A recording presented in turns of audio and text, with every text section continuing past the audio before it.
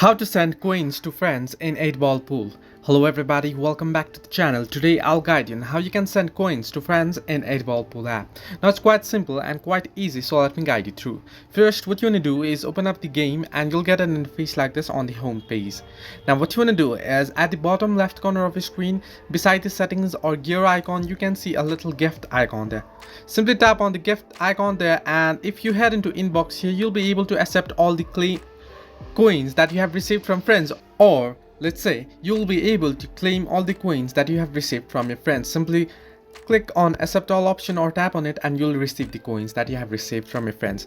Now to send a gift, what you can do is here you'll be able to see send gifts option beside here inbox, and then if you tap on send gifts you'll be able to see the two options, send free coins and request gifts. Now to send coins to your friends, simply tap on send free coins and then select the friends. You can randomly select any friends that you want, or what you can do is simply tap on select all option if you want to send it to all, or else simply select the friend that you want to send coin to and simply tap on send. So this way you can send coins to friends in 8-ball pool. Hope this helped you. Do like and subscribe, and do not forget to leave a comment down below if you have any further issues.